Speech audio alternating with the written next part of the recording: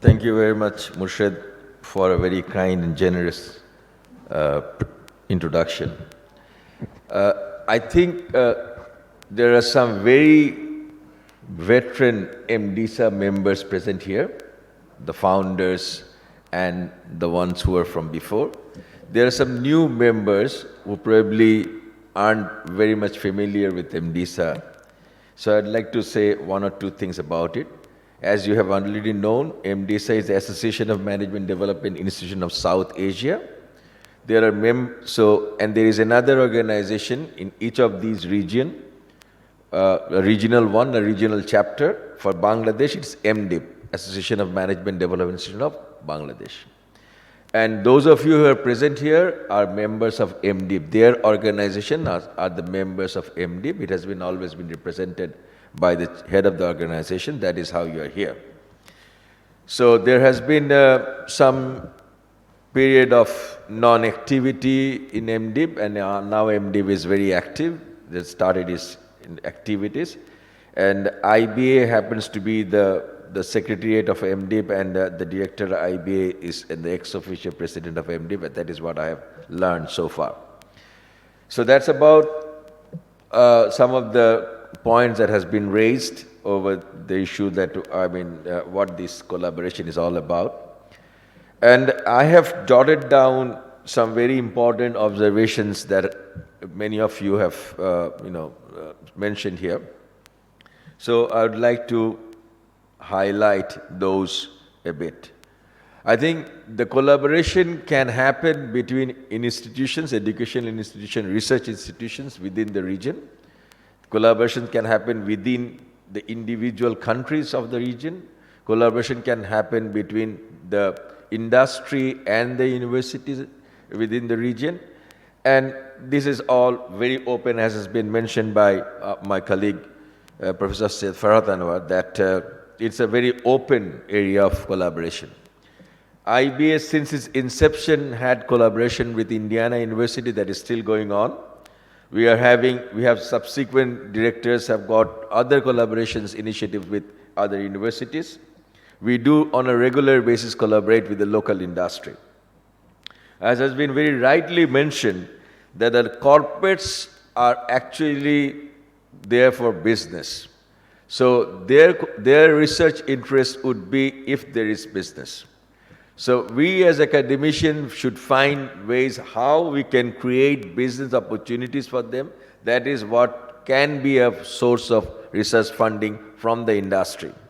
So that initiative, if it is less, then it is because of us that we haven't marketed ourselves enough.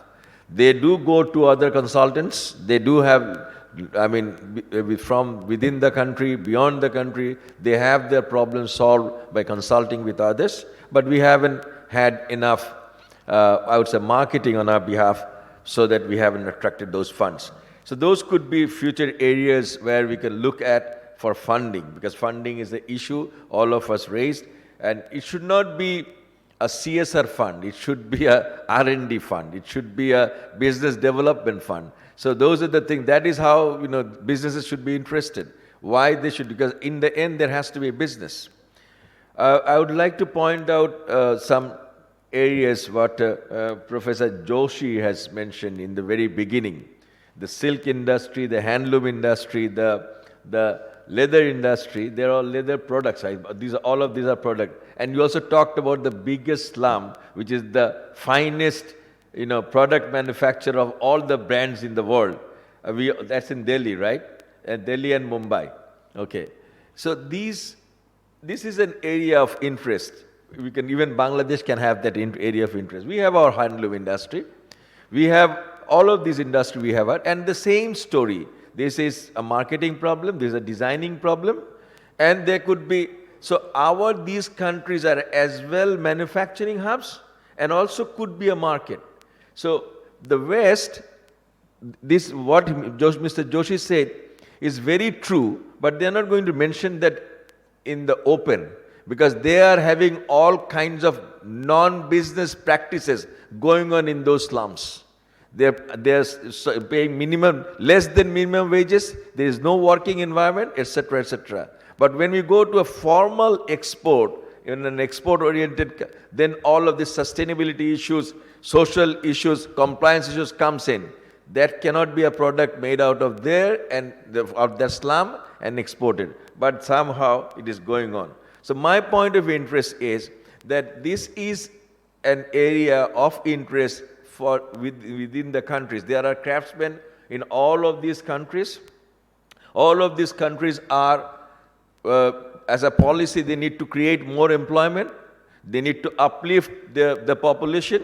So here is a research interest that can go cross-country, and there can be international funds sought so that, this is, and the marketing, the end product could be marketed within the region. That could be another sort of a collaboration or a cooperation.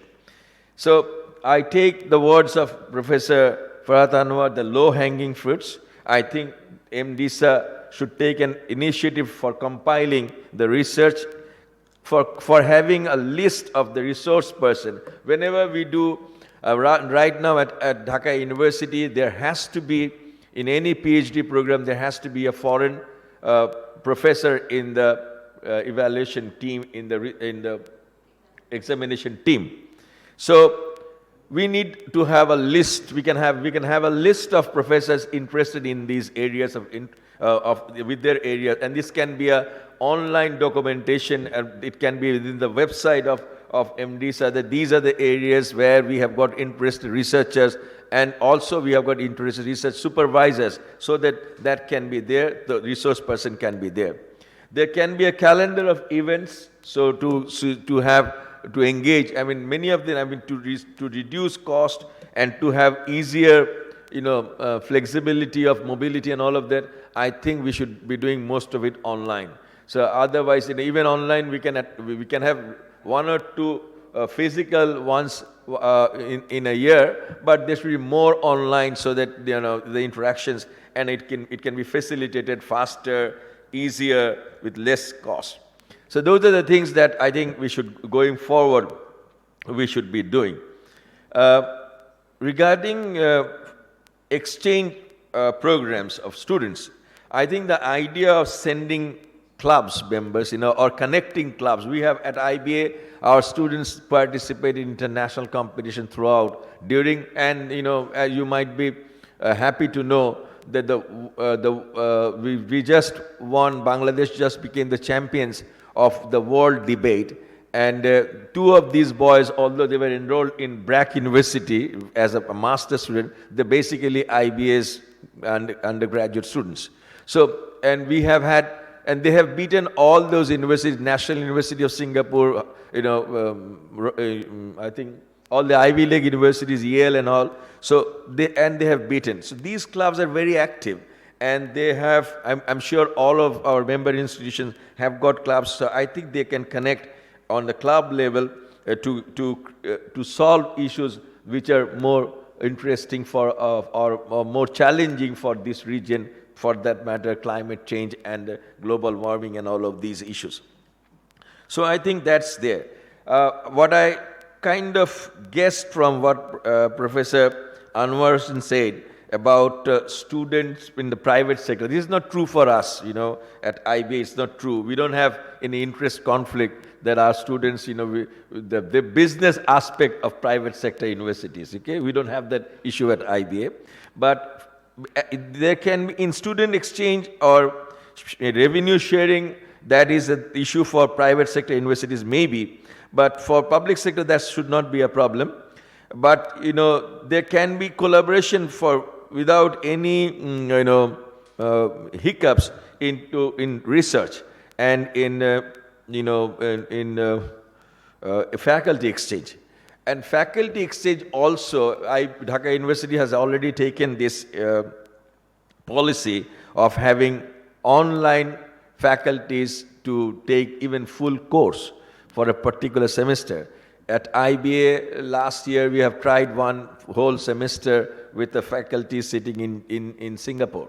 So that's also possible. So that has opened up a lot of opportunities for us to collaborate within the region, and the faculty exchange can surely happen if we have the interest. So I think going forward, as Professor Rab has already thrown a challenge to us, that next time around we should sit here with results. This is the collaboration that is, I don't know whether it will be possible next time around, but soon should try to engage in maybe one-on-one dialogues, or or other kind of dialogues, or even MDIP can sit and see if what are the areas we can collaborate, and we can have our outcomes-based discussion eventually, so that we can report in one of the next meetings. So these are the notes that I have taken over the last 1.5 hours or 2 hours discussion, I think, that has taken place here. I would like to thank all the participants here from the SAARC region. You have come here. It's a 2-day. You've taken a lot of trouble of coming to Bangladesh, and I hope you have enjoyed your stay. And thank you very much for doing that.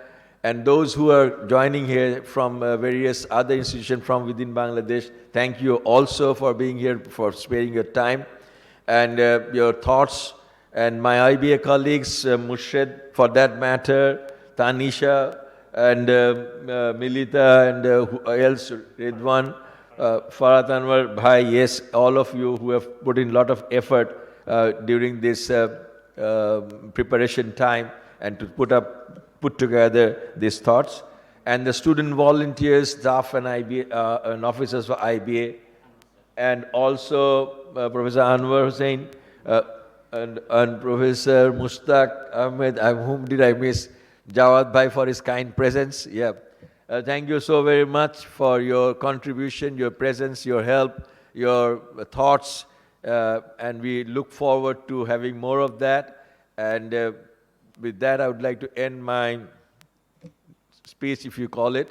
And we have lunch ready here. We would like all of you to join us for lunch after this. Thank you so very much.